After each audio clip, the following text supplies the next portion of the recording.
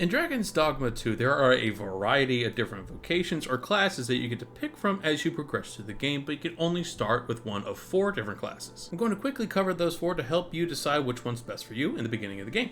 Let's get into it.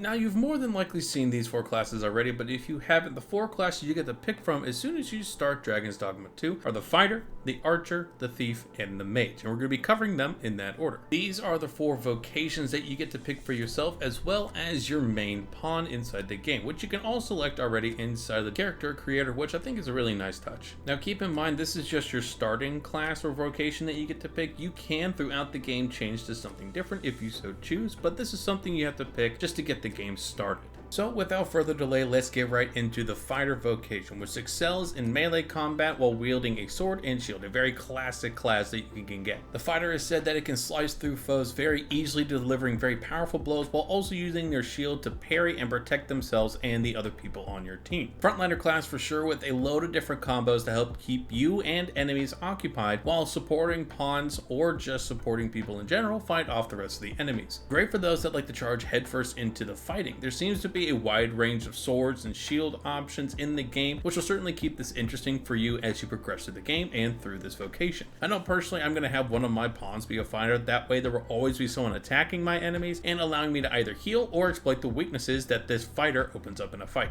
Of course, this is by far one of the most classic vocations that you could possibly have in a game like this, so it's always a good pick if you don't know what you're going to go with. Now, moving on to the Archer vocation, it of course specializes in long range attacks using a bow and arrow. Again, a very classic class or vocation that you can choose. They perform their attacks from afar and can target enemies in high positions, which is of no surprise. But this also makes them a perfect support class because it helps pinpoint enemies' weaknesses and helps support the frontliners so much more by targeting these weaknesses, shooting down enemies that are in the sky onto the ground, allowing the fighter classes and rogue classes to take them out much more easily than before. Now, from a variety of different reviews online that I've seen from people that have already played this game, they say that the Archer feels amazing to use. Fast movements, agile abilities that allow you to jump off enemies and shoot them at the same time. It's a great starting class that I am personally going to be using. You'll also be getting a variety of different arrow types, it seems, with different skills as well, which will more than likely come from different weapons that you choose to use or different bow types. Overall, this looks like a really fun class to play and a great support class to have one of your pawns if you're more of a frontliner.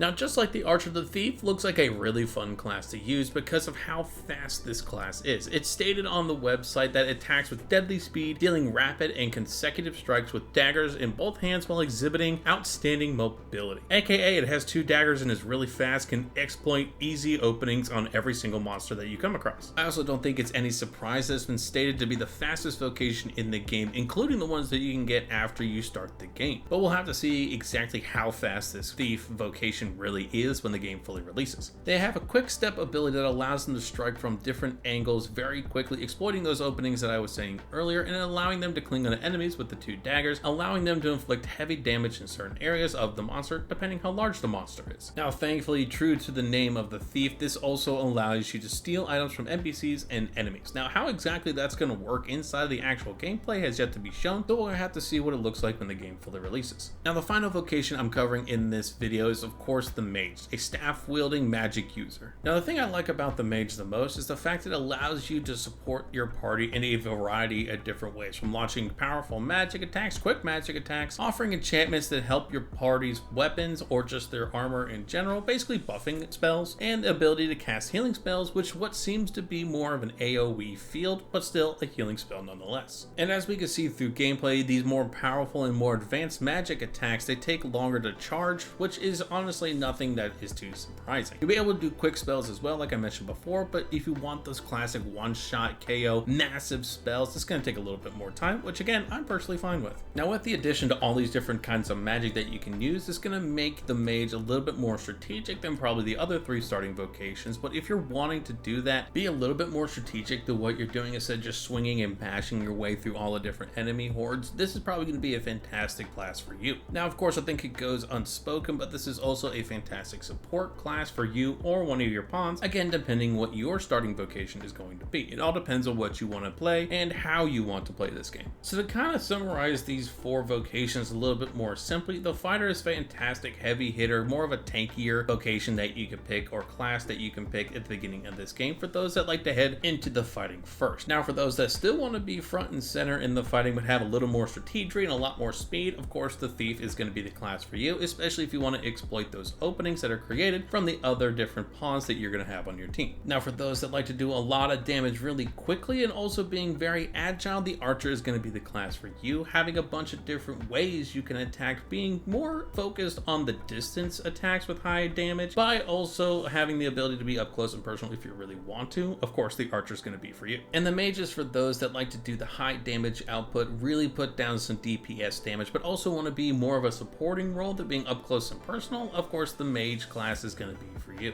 Overall, whatever you pick to go into Dragons Dogma 2, I think it's going to be a great choice because these 4 vocations are all fantastic no matter how you want to play the game. But as always, I'm curious what you guys are going to end up picking for this game. Again, I'm personally going to be going with the archer my first time around. I'm always curious what you guys are going to pick. Let me know down in the comments and why you're going to be picking that class. As always, I also do hope you guys found this helpful. If you did, make sure to hit the like and subscribe buttons. And with that, I will catch you guys on the next video.